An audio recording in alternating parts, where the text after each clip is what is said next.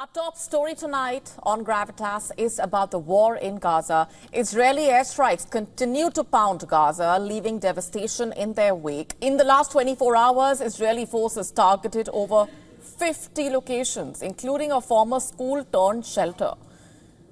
As per reports, at least 62 Palestinians have lost their lives as a result of these Israeli strikes. Many of those killed sought refuge in the school, unaware that it would become a battleground. You see, these strikes come despite ongoing negotiations for a ceasefire. And as we get you the latest, the details, as we track them, the latest information we are getting at this point is that the Gaza deal is still being worked on. Meanwhile, with each passing day, the toll on Gaza is only growing. Since the war started in October 2023, over 46,000 Palestinians have lost their lives, around 110,000 injured. As you can see in these images, Palestinians are gathering belongings after the Israeli strike hit a residential building in Gaza. The Israeli airstrike on Gaza's Deir al-Balah killed and injured many Palestinians, according to the Palestinian Health Ministry. These are images of bodies being taken to Al-Aqsa Martyrs Hospital. For the past 2 weeks, we have been following the news, hearing there will be calm or no calm. But the reality on the ground is entirely different. The reality on the ground is that every day brings more killings and destruction. Entire residential blocks and neighborhoods are being wiped out. If they wanted to stop this war, they could have done so long ago. US has the power, and Arab countries have the ability to apply pressure and expel Israeli ambassadors. But instead, they watch as these people die with weapons supplied by the US. This is what America wants. It is an extermination. This is not a war. It is an extermination. This is a genocide.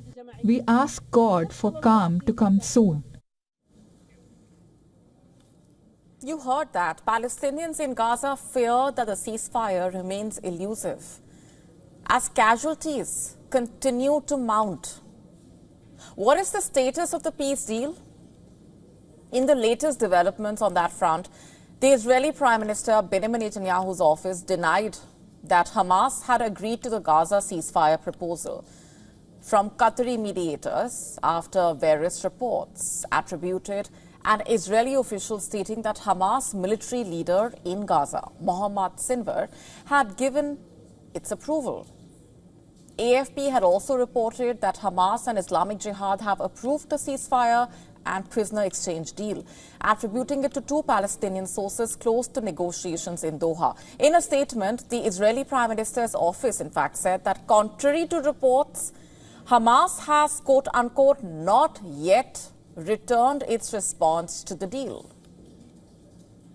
US President Joe Biden and the Egyptian President Abdel Fattah al-Sisi reportedly urged both Israel and Hamas to reach an agreement, while officials from mediators Qatar, Egypt and the United States said that an agreement for a truce was closer than ever. All is now in Hamas's court. If Hamas accepts, the deal is ready to be concluded and implemented. I believe we will get a ceasefire. Hamas officials told Reuters late on Tuesday that the Palestinian group had not yet delivered its response because it was still waiting for Israel to submit maps showing how its forces would withdraw from Gaza. The US Secretary of State clarified that Israel will ultimately have to make concessions in the post-war scenario towards reuniting the West Bank and Gaza under a Palestinian Authority. Israelis must decide what relationship they want with the Palestinians. That cannot be the illusion that Palestinians will accept being a non-people without national rights. 7 million Israeli Jews and some 5 million Palestinians are rooted in the same land. Neither is going anywhere. Israelis must abandon the myth that they can carry out de facto annexation without cost and consequence to Israel's democracy, to its standing, to its security. But Blinken's speech was marred by heckling and yelling by protesters. Videos showed a protester yelling towards Blinken, stating that he will forever be known as, quote-unquote, bloody Blinken Secretary of Genocide. Take a look. People on your hands, we have spent. Thank you. I respect your views. Please allow me to share mine. Thank you. Appeal to your humanity in front of your house. We've written you letters. We've held car rallies. The blood of innocent civilians, of children, is on your of innocent people. She further accused the United States of complicity in Gaza's suffering.